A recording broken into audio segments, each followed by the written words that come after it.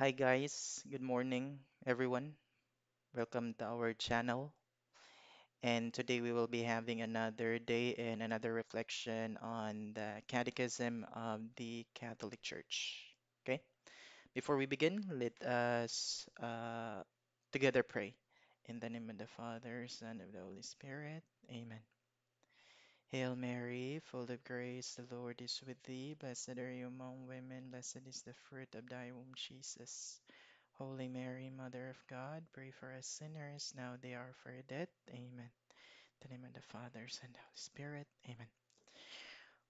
So, welcome everyone once again. So, today we will read another line passage on our Catechism of the Catholic Church. Okay? One passage that we have here will be a wonderful one we have today. This is Ways of Coming to Know God. So, ways of coming to know God.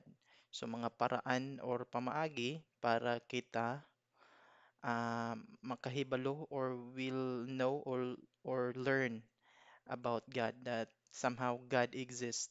No? So, let's read this from the Catechism of the Catholic Church. It says here that created in God's image and called to know and love Him. Kinsa man na. So we are, no, kita nga mga tao, we are created in God's image and likeness and also called, tawag po ni Lord sa Ginoo to know and love Him. Okay? So next, the person who seeks God discovers certain ways of coming to know Him or to know God. No, nice kani.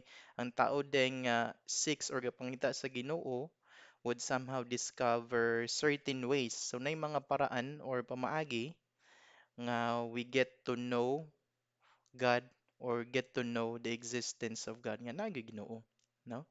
So these are also called proofs for the existence of God. So proofs, no, mga sa mga pruheba or mga sa man Bisaya Tagalog sa proof, uh, proves unsa pa ba, reality nga naig-exist ng Ginoo sa kalibutan maigsoon, no? So, saying not in the sense of proofs in the natural sciences, but rather in the sense of converging and convincing arguments. So, not in a naturalistic perspective, like, ang science, may nga nga, to see is to believe. Kung wala ko kita sa Ginoo, so di ko mo, no? So ang ingon din sa catechism, it's a different way or different path of knowing that God exists. It is through converging and convincing arguments. So some mga arguments which allow us to attain certainty about the truth. So even though we are, reflecting today the existence of God, even though dili siya in a scientific way, because dili man tanan knowledge can go down or narrow down through scientific knowledge. Na pare sa music, di man nimo ma-eksperimentuhan, you cannot cut, you cannot physically touch music, but music exists. Music is still truth, no? So mo po na itong approach din eh. So number one, these ways of approaching God from creation have a twofold point of departure. Again, these ways of approaching God from creation have a twofold point of departure, the physical world and the human person. So, duwa na to ka reflection centered that really God exists will be on the physical worlds, kalibutan the universe, the cosmos, they call it, no? And secondly will be the human person.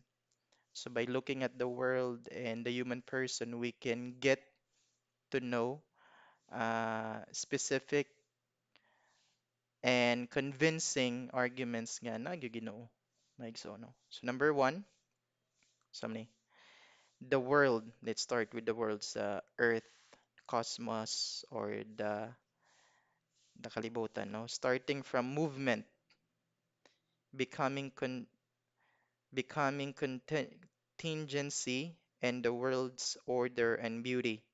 One can come to a knowledge of God as the origin and the end of the universe. Again, no, the world starting from movement, so na yung mga lihok. Kasi for example, ah, ang solar system, no? Nga naman, how come dili collide ang mga planets? How come na yung mga asteroids? How come the world that we live in is moving? No, kita mga tao, we're moving from childhood, adult, old age, hantod nga mahuway ta, nga mati ta mga igsoon. So there's a movement in the earth, no?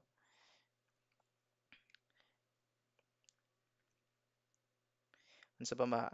Aside from movement becoming contingency and the world's order and beauty, no? Nice kay ni siya nga part kay mingon ta usahay nga order kay ang kalibutan ang universe, no? A sun, moon, there's specific time that they are following, they are in order. Lastly, the beauty of creation, no? According to the Catechism, teaching of the Church, mingon na siya nga the first revelation of God is through His creation. So that's very beautiful nga this part pa lang of our reflection, we could really conclude or see that there is really God in the physical world and even on reflecting on the human person. Now, so tomorrow we'll continue again. Thank you so much for listening and God bless.